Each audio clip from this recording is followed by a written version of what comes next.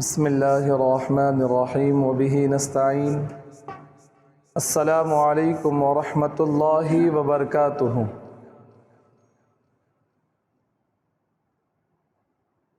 الحمد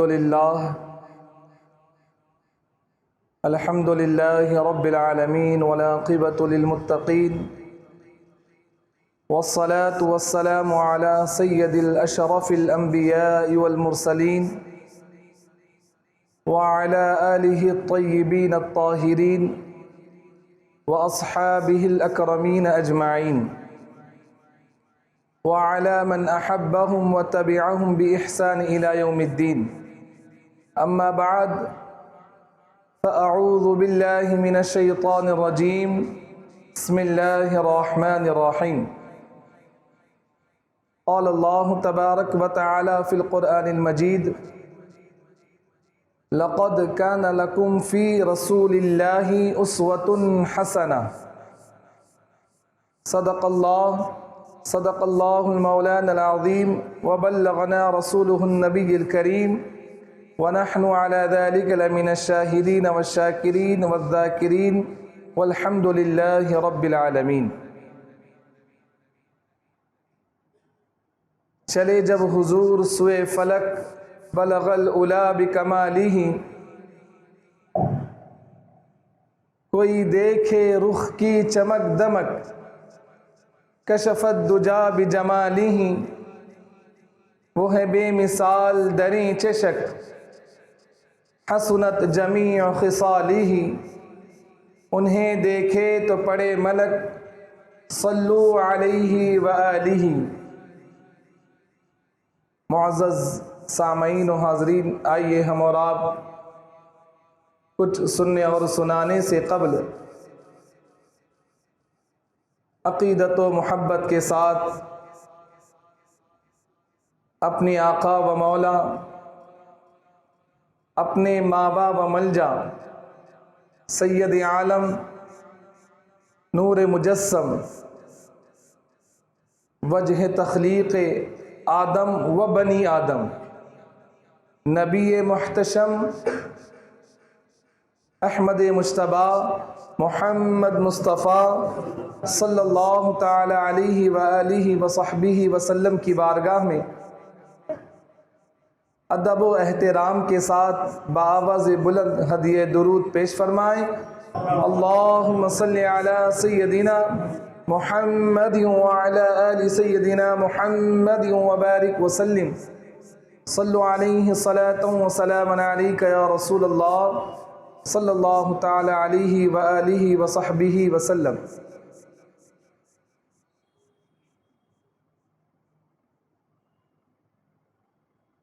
حضور تاجدار اہل سنت اپنے کلام میں فرماتے ہیں: تخیل مت کہو اس کو، یہ ایک زندہ حقیقت ہے۔ تخیل مت کہو اس کو، یہ ایک زندہ حقیقت ہے، وجود خلق سارا میرے آقا کی بدولت ہے۔ وجود خلق سارا میرے آقا کی بدولت ہے۔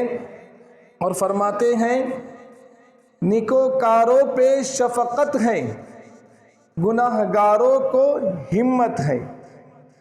نیکوکاروں پہ شفقت ہے، گناہ گاروں کو ہمت ہے، ہر ایک پہلو سے ان کی ذات بس رحمت ہی رحمت ہے۔ ہر ایک پہلو سے ان کی ذات بس رحمت ہی رحمت ہے۔ اور فرماتے ہیں: یہ وہ انسان ہے، انسان کامل ہے لقب جن کا۔ یہ وہ انسان ہے، انسان کامل ہے لقب جن کا، بنی آدم میں ان کی ذات فخر آدمیت ہے۔ بنی آدم میں ان کی ذات فخر آدمیت ہے۔ اور فرماتے ہیں: علینا کہہ کے شامل کر لیا سرکار نے ہم کو۔ علینا کہہ کے شامل کر لیا سرکار نے ہم کو، گناہ گاران امت سے انہیں کتنی محبت ہے۔ گناہگاران امت سے انہیں کتنی محبت ہے، اور یہ شعر بطور خاص ملی ہے عید رمضان عید قربا جس کے صدقے میں، ملی ہے عید رمضان عید قربا جس کے صدقے میں میرے آقا میرے مولا کی وہ یہ عید ولادت ہے، میرے آقا میرے مولا کی وہ یہ عید ولادت ہے۔ اور فرماتے ہیں نبی جتنے بھی آئے پیشتر سب کی زبانوں پر، یہ شعر بطور خاص ہے کہ نبی جتنے بھی آئے پیشتر سب کی زبانوں پر نوید خیر مقدم ان کی آمد کی بشارت ہے، نوید خیر مقدم ان کی آمد کی بشارت ہے۔ اور فرماتے ہیں لکھیں انسان کیا تعریف اس نور مجسم کی، لکھیں انسان کیا تعریف اس نور مجسم کی، کلام اللہ میں موجود جس کی نعت و مدحت ہے، کلام اللہ میں موجود جس کی نعت و مدحت ہے۔ اور فرماتے ہیں وہ سالم پر نگاہ لطف و رحمت یا رسول اللہ صلی اللہ علیہ وسلم، وہ سالم پر نگاہ لطف و رحمت یا رسول اللہ، ہے آسی تو مگر دل سے گدائے خود بدولت ہے، وجود خلق سارا میرے آقا کی بدولت ہے۔ بآواز بلند ہدیہ درود پیش فرمائیں، اللہم صلی علی سیدنا محمد وعلی آل سیدنا محمد وبارک وسلم، صلو علیہ صلاۃ و سلام علیک یا رسول اللہ یا حبیب اللہ صلی اللہ تعالی علیہ وآلہ وصحبہ وسلم۔ آج مسجد حاضہ میں عید میلاد النبی صلی اللہ تعالی علیہ وسلم کی یہ پہلی مجلس منعقد ہوئی ہے۔ آج ابھی مغرب کے بعد ربیع الاول شریف کی 2 تاریخ لگ چکی ہے۔ میں سب سے پہلے ان حضرات سے گزارش کروں گا اور ان بچوں سے بھی گزارش کروں گا کہ اگر آپ کو کچھ عذر نہ ہو تو درمیان میں آ کر بیٹھیں، اگر کوئی عذر نہ ہو، اگر کوئی تکلیف نہ ہو، درمیان میں آ کر تشریف رکھے، بہت سی خالی جگہ درمیان میں موجود ہیں۔ اچھا، آپ یہ بات کو اس انداز میں بھی سمجھ سکتے ہیں کہ جب آقائے دو جہاں فخر کون و مکان حضور علیہ الصلاۃ والسلام یہ آپ کو سنت طریقہ سکھا رہا ہوں کہ صحابہ کرام حضور علیہ الصلاۃ والسلام کی مجلس میں کیسا بیٹھا کرتے تھے۔ آج کا عنوان بھی ہے کہ عید میلاد النبی صلی اللہ تعالی علیہ وسلم کس طریقے سے منایا جائے، تو آئیے آپ کو میلاد منانے کا طریقہ بھی بتاتے ہیں کہ میلاد منانے کا طریقہ کیسے ہوتا ہے۔ صحابہ کرام رضوان اللہ تعالی علیہ اجمعین حضور صلی اللہ تعالی علیہ وسلم کی مجلس میں کس انداز میں بیٹھا کرتے، حضور علیہ الصلاۃ والسلام کی زبان مقدس سے، زبان اطہر سے جو کلمات، جو مقدس الفاظ، جو بابرکت جملے اس آقائے دو جہاں کی زبان سے نکلتے تو صحابہ مجلس میں کس انداز میں بیٹھ کر اس کو سماعت کیا کرتے۔ مورخین لکھتے ہیں حضور علیہ الصلاۃ والسلام جب واعظ و نصیحت فرمایا کرتے تو صحابہ اکرام کی وہ مقدس جماعت حضور علیہ الصلاۃ والسلام کی بارگاہ میں، حضور علیہ الصلاۃ والسلام کی مجلس میں اتنے قریب ہو کر بیٹھتے، ایسے جمع ہو کر بیٹھتے۔ مورخین لکھتے ہیں کہ اس مجلس میں اگر رائی کا دانہ پھینک دیا جائے تو وہ مجلس جس جگہ ہو رہی ہو وہ رائی کا دانہ اس زمین پر نہیں گر پاتا۔ اتنے سمٹ کر، اتنے جمع ہو کر، اتنے محبت بھرے انداز میں وہ حضور علیہ الصلاۃ والسلام کے ارشادات کو سماعت کیا کرتے۔ تو حاضرین، جب بھی آقا دو جہاں علیہ الصلاۃ والسلام کی باتیں بیان کی جائیں، جب بھی اللہ اور اس کے رسول کے کلام کو آپ تک پہنچایا جائے، تو اس انداز محبت میں بیٹھا کریں کہ آج بات اس رب العالمین کی ہونے والی ہے، آج ذکر خیر اللہ کے حبیب کا ہونے والا ہے، کوئی معمولی تذکرہ، کوئی معمولی ذکر نہیں ہونے جا رہا ہے۔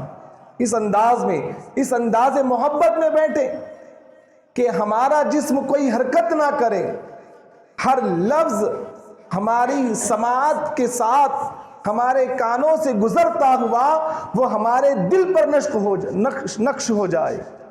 اس انداز میں ہمیں بیٹھنا ہے کہ کوئی لفظ ہم سے چھوٹنے نہ پائے۔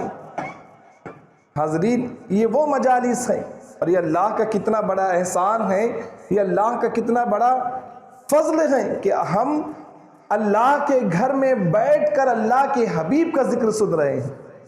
انبیاء علیہ السلام کی جماعت میں اللہ تبارک و تعالیٰ نے کسی نبی کو، حضرت آدم علیہ السلام کو صفی اللہ کہا ہے، اللہ تبارک و تعالیٰ نے حضرت ابراہیم علیہ السلام کو خلیل اللہ کہا ہے، اللہ تبارک و تعالیٰ نے حضرت اسماعیل علیہ السلام کو ذبیح اللہ کہا ہے، اللہ تبارک و تعالیٰ نے حضرت موسیٰ علیہ السلام کو کلیم اللہ کہا ہے، اللہ تبارک و تعالیٰ نے حضرت عیسیٰ علیہ السلام کو روح اللہ کہا ہے۔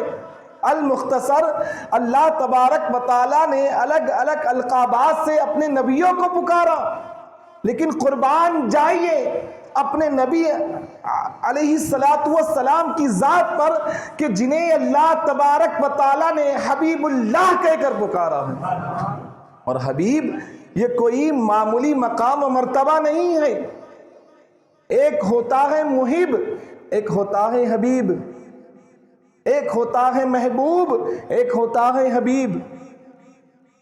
حاضرین، محبوب کبھی کسی کو پسند آ جائے اور کسی کو ناپسند ہو، لیکن حبیب اس ذات کو کہا جاتا ہے کہ جس سے سب سے زیادہ محبت کی جائے، جس سے حد درجے محبت کی جائے۔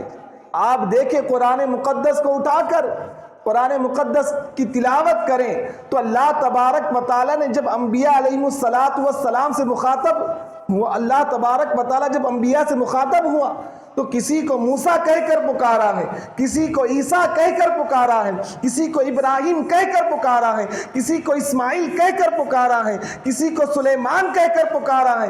المختصر، اللہ تبارک و تعالیٰ نے ہر نبی کو ان کے نام کے ساتھ قرآن مجید میں پکارا ہے، لیکن جب اپنے حبیب کی بات آئی، جب اللہ تبارک و تعالیٰ کی بارگاہ میں جب اپنے محبوب کا ذکر آیا تو اللہ تبارک و تعالیٰ نے حضور علیہ السلام کو کبھی یا ایھا النبی کہہ کر پکارا ہے، کبھی اللہ تبارک و تعالیٰ نے حضور علیہ السلام کو یا ایھا الرسول کہہ کر پکارا ہے، کبھی اللہ تبارک و تعالیٰ نے حضور علیہ السلام کے چہرے کا ذکر فرما کر وَالضُّحَىٰ وَاللَّيْلِ إِذَا سَجَىٰ کہہ کر پکارا ہے، کبھی اللہ تبارک و تعالیٰ نے حضور علیہ السلام کو وَمَا أَرْسَلْنَاكَ إِلَّا رَحْمَةً لِّلْعَالَمِينَ کہہ کر پکارا ہے۔ یہ عظمت، یہ شان، یہ مرتبہ، یہ مقام اللہ تبارک و تعالیٰ نے اپنے کلام میں ذکر فرمایا ہے، وہ مقدس کلام کہ جس کی بشارتیں پہلے انبیاءوں نے بھی دی ہیں۔ اسی مقدس کلام، اسی بابرکت کلام میں اللہ تبارک و تعالیٰ نے اپنے حبیب کا ذکر فرمایا ہے۔ اور اس انداز کے ساتھ میں اگر آپ کو ایک نقطہ پیش کروں آپ کی بارگاہ میں، تو ہم سورہ فاتحہ کی جب تلاوت کرتے ہیں تو پہلی آیت کریمہ الحمدللہ رب العالمین، تمام تعریفیں اللہ تعالیٰ کے لیے جو تمام عالمین کا رب ہے۔ ذرا غور فرمائیے، اس تمام تعریفیں اللہ ہی کے لیے ہیں جو تمام عالمین کا رب ہے۔ ذرا اس آیت کریمہ کی طرف اشارہ دیکھیں کہ اللہ تبارک و تعالیٰ نے اپنی ربوبیت کا ذکر جب فرمایا تو تمام عالمین کا رب اللہ تبارک و تعالیٰ، کم و بیش تقریباً مفسرین فرماتے ہیں کہ 18,000 عالم ہیں،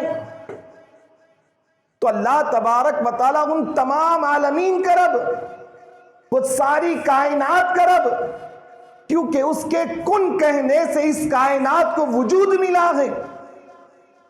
اور جب تم تلاوت قرآن کرتے ہوئے، جب قرآن کی آیتوں کو تلاوت کرتے ہوئے جب آگے بڑھتے ہیں تو ہماری نظر میں ایک مشہور و معروف آیت کریمہ گزرتی ہے، اور وہ یہ ہے کہ وَمَا أَرْسَلْنَاكَ إِلَّا رَحْمَةً لِلْعَالَمِينَ۔ ذرا غور فرمائیے کہ اللہ تبارک و تعالیٰ تمام عالمین کا رب ہے، اور حضور علیہ السلام تمام عالمین کے لیے رحمت ہے۔ ذرا غور فرمائیے دوستو کہ اللہ تبارک و تعالیٰ ہمارے نبی سے کیسی محبت فرما رہا ہے، کس انداز سے محبت فرما رہا ہے کہ میرا محبوب، میرا حبیب ہر عالمین کے لیے رحمت ہے۔ میں جن جن عالمین کا رب ہوں، میرا محبوب، میرا حبیب ان تمام عالمین کے لیے رحمت ہے۔ حضور علیہ السلام کی زندگی دیکھیں کہ جب رحمت کا ذکر آیا تو آقا علیہ السلام کی سیرت کو اٹھا کر دیکھیں کہ حضور علیہ السلام کو مکے کی گلیوں میں ستایا گیا، حضور علیہ السلام کو مشرکین مکہ نے تکالیف دی، آپ پر ظلم و ستم ڈھایا گیا۔ جو آپ کے دین کو، دین محمدی کو قبول کرتا، مشرکین مکہ، سرداران مکہ، کفاران مکہ، ان تمام اسلام قبول کرنے والوں کو ستایا کرتے، پریشان کیا کرتے، ان پر ظلم کیا کرتے۔ اگر تاریخ اٹھا کر دیکھیں گے تو حضرت بلال کا ذکر آئے گا، جنہیں تپتی ہوئی ریت پر ننگے بدن لٹایا گیا تھا۔ اگر تاریخ اٹھا کر دیکھیں گے تو حضرت سمیہ کا ذکر ملے گا، جن کے پیٹ کو چاک کیا گیا تھا۔ اگر تاریخ اٹھا کر دیکھیں گے تو حضرت خبیب کا ذکر ملے گا، جنہیں پھانسی کے پھندے پر چڑھایا گیا تھا۔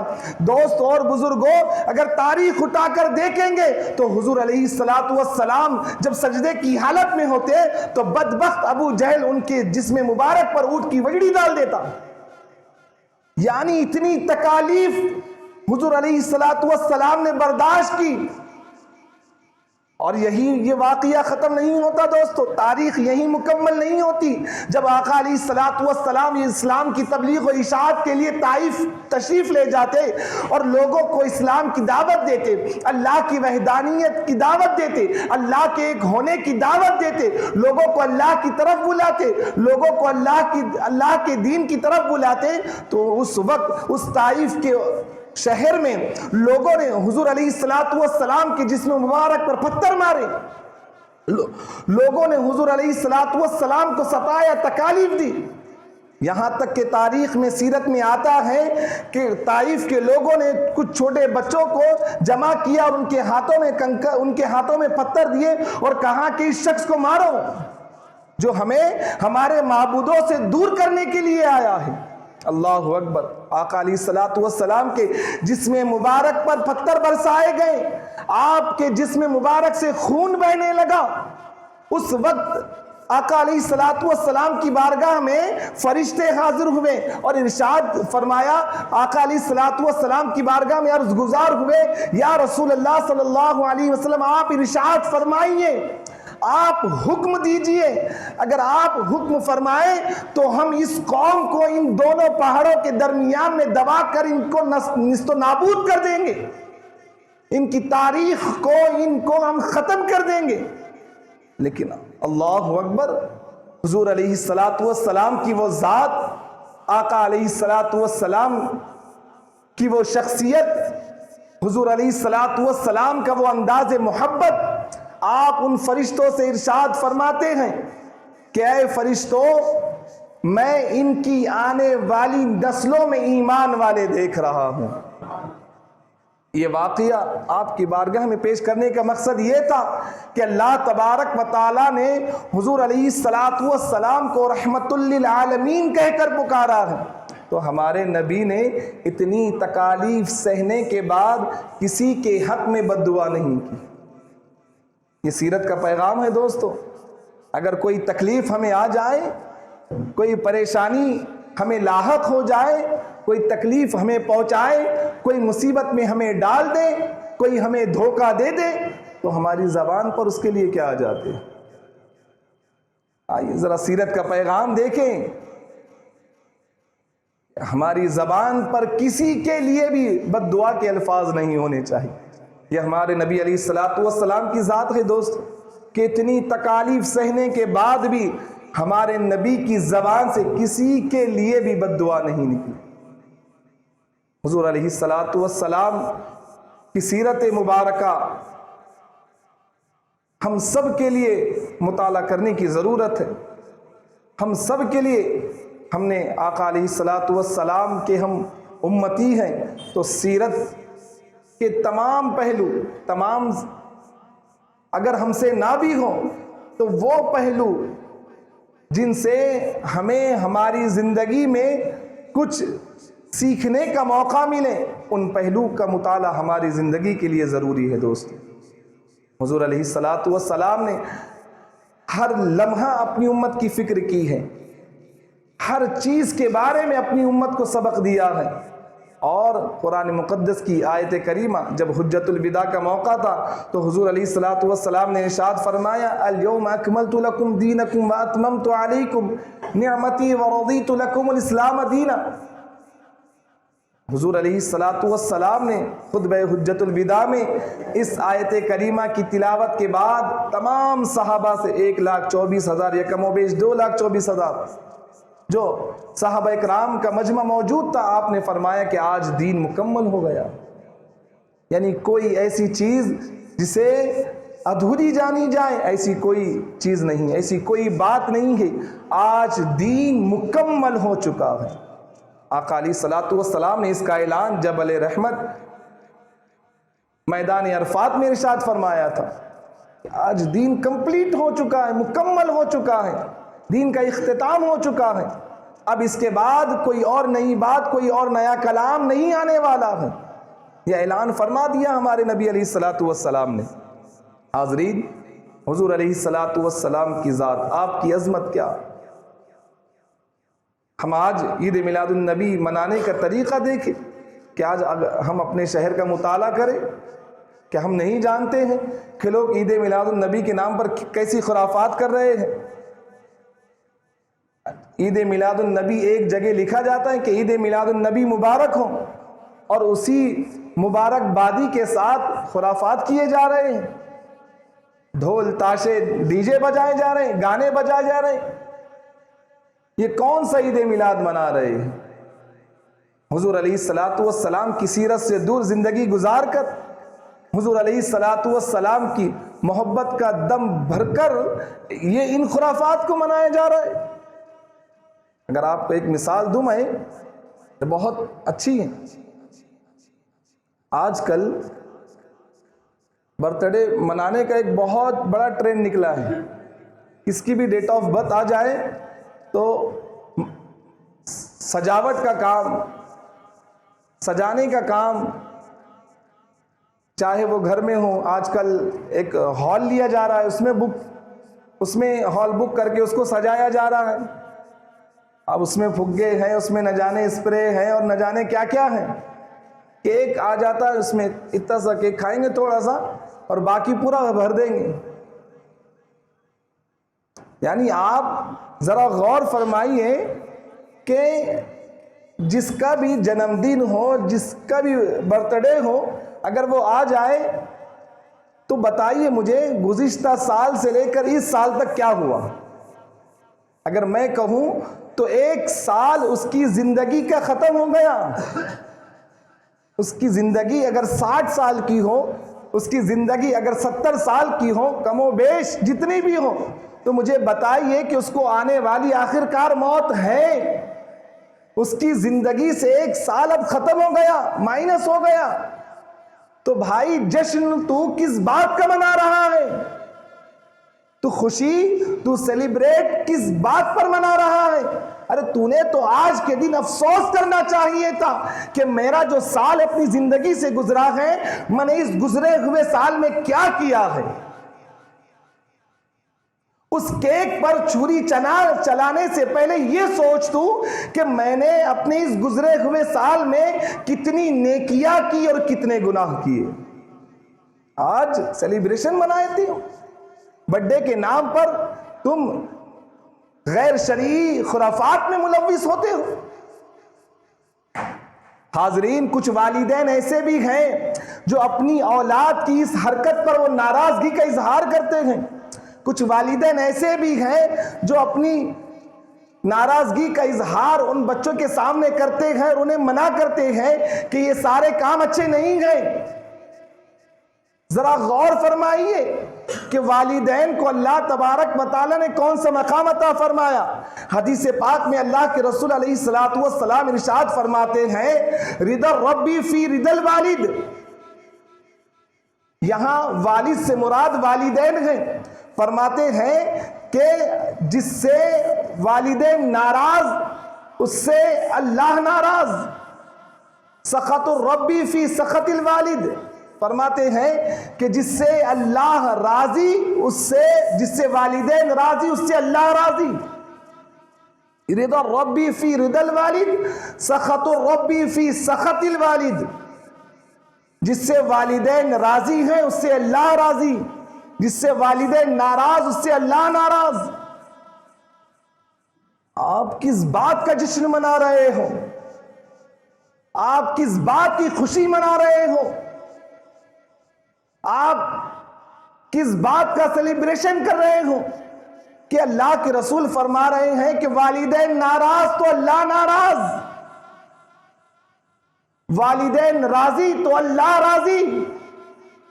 اگر اسی حدیث کے پیش نظر ایک بات میں کہوں تو آئیے سماعت کیجئے کہ جب والدین کا یہ مقام، والدین کا یہ مرتبہ، والدین کی عظمت، ان کی رفعت کا یہ انداز کہ اللہ کے رسول فرما رہے ہیں کہ والدین اگر راضی ہیں تو اللہ راضی ہیں، اگر والدین ناراض ہیں تو اللہ ناراض ہیں.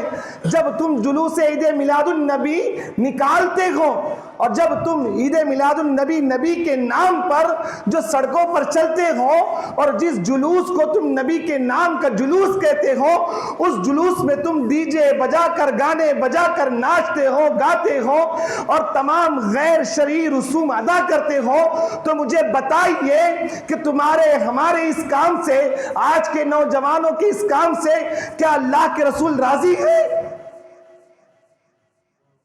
جب جلوس میں تم نکلتے ہو اور کوئی ایسا عمل تمہارا سنت کے موافق نظر نہیں آتا ہوں، اللہ کے پیارے رسول علیہ الصلوۃ والسلام ارشاد فرماتے ہیں کہ من احب سنتی فقد احبنی.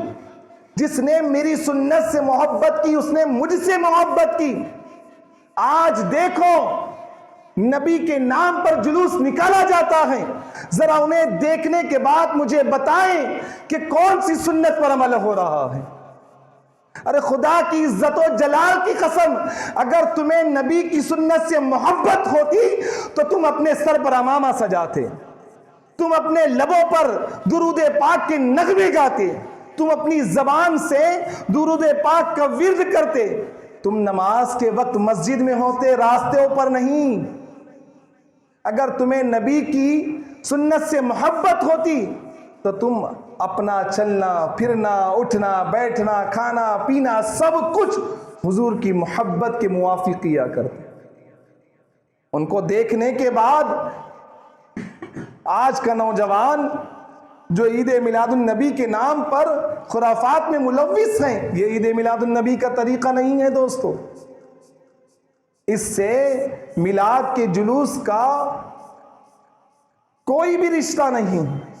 میلاد کے جلوس کے نام پر خرافات کیے جا رہے ہیں، یہ طریقہ ہمارے بزرگوں کا نہیں ہے، یہ انداز ہمارے اسلاف کا نہیں ہے. ہمارے اسلاف کا تو یہ طریقہ تھا کہ اپنی صبح نماز فجر کے بعد درود پاک کی ورد سے کیا کرتے تھے. اپنی رات جب تک درود پاک نہ پڑھتے تو سویا نہیں کرتے. اگر آپ کو ہمیں عید میلاد النبی منانا ہی ہے، نبی کی ولادت کا جشن منانا ہی، تو اپنے لبوں پر درود پاک کے نغمے جاری کرو، اپنی زبانوں پر درود پاک کا ورد جاری رکھو. کیوں؟ بہت بڑی حدیث پاک آپ کو سنا رہا ہوں۔ اللہ کے پیارے رسول ہمارے پیارے آقا علیہ الصلوۃ والسلام ارشاد فرماتے ہیں کہ جس نے دنیا میں مجھ پر سب سے زیادہ درود پاک پڑھا، کل بروز قیامت وہ مجھ سے سب سے زیادہ قریب ہوگا۔ اتنا بڑا انعام ہے مومنین کے لیے، اتنی بڑی فضیلت کے حقدار ہوں گے وہ لوگ جو اپنی صبح و شام اللہ کے رسول علیہ الصلوۃ والسلام کی ذات پر درود پاک کا ورد کر کے اپنی شب و روز گزارتے ہیں۔ حاضرین ذرا غور فرمائیے کہ ہم سے عمل کا آغاز ہونا چاہیے۔ ہم کیا عمل کرتے ہیں؟ ہمیں دیکھ کر ہمارے گھر والے وہ عمل کریں گے، ہمیں دیکھ کر اگر ہم بحیثیت والد گھر میں موجود ہیں تو اگر والد کوئی نیک عمل کرے تو اس کی اولاد اس کے سامنے نیک عمل کریں گے۔ اگر والد گھر میں بیٹھ کر اپنے بچوں کے سامنے فلمیں ڈرامے دیکھے تو بچے بھی دیکھنے والے ہیں۔ اگر اولاد کے سامنے والدین موبائل یوز کر کے ریلز دیکھیں گے تو اولاد بھی ان کے سامنے ریلز دیکھیں گے۔ یعنی وہ کہتے ہیں نا کہ جیسی کرنی ویسی بھرنی، جیسا عمل ہمارے سے ہوگا ویسا ہی عمل ہماری اولاد سے ہوگا۔ جن کاموں میں ہم ملوث ہوں گے انہی کاموں میں ہماری اولاد ملوث ہوں گی۔ تو آج ضرورت اس بات کی ہے کہ ہم سے نیک اعمال کا آغاز ہو، ہماری ذات سے سنتوں کا عمل ہو، پابندی سنت ہماری زندگی میں آئے تو ہمیں دیکھ کر ہماری اولاد نیک عمل پر اپنی زندگی بسر کرے گی۔ حاضرین اللہ کے پیارے رسول علیہ الصلوۃ والسلام ارشاد فرماتے، ایک اور حدیث پاک آپ کو سناتا ہوں درود شریف سے متعلق۔ اللہ کے پیارے رسول علیہ الصلوۃ والسلام ارشاد فرماتے ہیں کہ جس نے جمعہ کے دن مجھ پر درود پاک پڑھا، میں اس درود پاک کو خود سنتا ہوں۔ اتنی عظیم بات ہے، کتنا عظیم عمل ہے کہ ہم درود پاک پڑھیں اور ہمارے نبی علیہ الصلوۃ والسلام خود اس درود پاک کو سنیں۔ کتنی عظیم نعمت ہے دوستو۔ محبت کا انداز اس طریقے کا ہونا چاہیے، ہر لمحہ حضور علیہ الصلوۃ والسلام کی سنتوں کی فکر ہونی چاہیے دوستو۔ ہماری زندگی حضور علیہ الصلوۃ والسلام کی سنتوں کے موافق گزرنی چاہیے، ہماری زندگی حضور علیہ الصلوۃ والسلام کی سنتوں کی پابندی میں گزرنی چاہیے۔ اور عید میلاد النبی کا تو یہی پیغام ہے کہ ہم ان 12 روز جو اجلاس منعقد کرتے ہیں تو ان میں کئی چیزیں بتائی گئی ہیں۔ ہمارے علماء، ہمارے ائمہ، ہمارے مشائخین ہماری رہنمائی کر کے فرماتے ہیں کہ 12 روز تم کس انداز میں گزارے، تو 12 روز آپ نے تلاوت قرآن کرنی ہے، 12 روز مکمل تم نے درود پاک کا ورد کرنا ہے، 12 روز میں کبھی تم کسی بیمار کی عیادت کر لو، 12 دنوں میں تم کسی مسکین کی مدد کرو، ان 12 روزوں میں تمہاری حیثیت کے مطابق تم بھوکوں کو کھانا کھلاؤ، جو بھوکے ہیں ان کو کھانا کھلاؤ، جو دواخانوں میں ایڈمٹ ہیں ان کی عیادت کرو، جو یتیم بچے ہیں ان کی کفالت کرو۔ آج یتیموں کی کفالت کا انداز کہاں گیا؟ آج ہمارے محلوں میں، ہمارے علاقوں میں کیا یتیم نہیں ہے؟ آج ان یتیم بچوں کو ان کا پرسان حال کوئی نہیں ہے۔ ہمارے نبی علیہ الصلوۃ والسلام کا یہ فرمان اور آپ کی یہ زندگی رہی ہے کہ آپ نے یتیموں کی کفالت بھی فرمائی ہے۔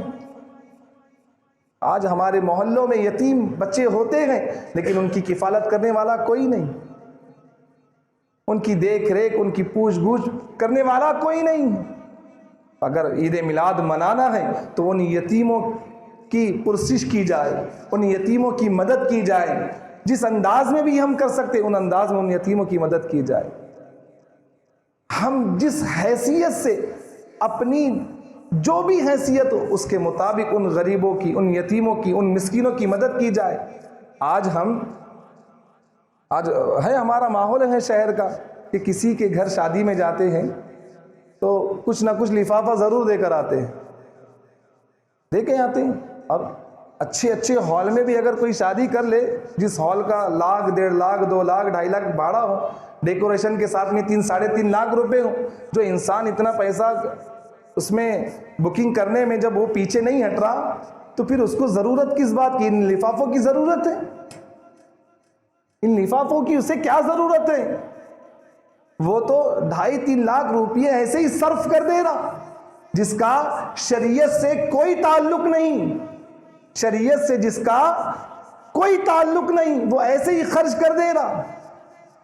کیا دوستو یہ معمول ہمارے شہر میں ہے کہ کوئی بیمار اگر دواخانے میں ایڈمٹ ہو، جس کو دوائیوں کے اخراجات کے لیے کوئی رقم اس کے جیب میں نہیں ہو، کیا کوئی عیادت کرنے والا جب جاتا ہے تو اسے کوئی لفافہ دیتا ہے؟ ہمارے یہاں شادیوں میں تو ضرور دیا جاتا ہے، ہاں کچھ لوگ ہیں، اس سے انکار نہیں کہ کچھ لوگ پوشیدہ طریقے سے مدد ضرور کرتے ہیں، ان کی مدد اللہ قبول فرمائے، لیکن کیا ہر عیادت کرنے والا کیا وہ جا کر اپنی حیثیت کے مطابق اس کی اس انداز میں مدد کرتا ہے؟ لوگ یہاں وہاں بھاگتے ہیں، دواخانوں کے چکریں کاٹتے ہیں، مددیں تلاش کرتے ہیں۔ کئی لوگ ایسے بھی ہوتے ہیں کہ اتنی مجبوری ان پر آ جاتی ہے کہ انہیں اپنی مسجد کے امام سے کہلوانا پڑتا ہے کہ مجھے ضرورت ہے۔ وہ انسان اپنی عزت نفس کو ختم کر دیتا ہے، اب وہاں اپنی نفس کی کوئی فکر نہیں کرتا، کیونکہ اسے مجبوری ایسی لاحق ہو گئی ہے کہ وہ اب اپنے مسجد کے امام سے سوال کرتا ہے۔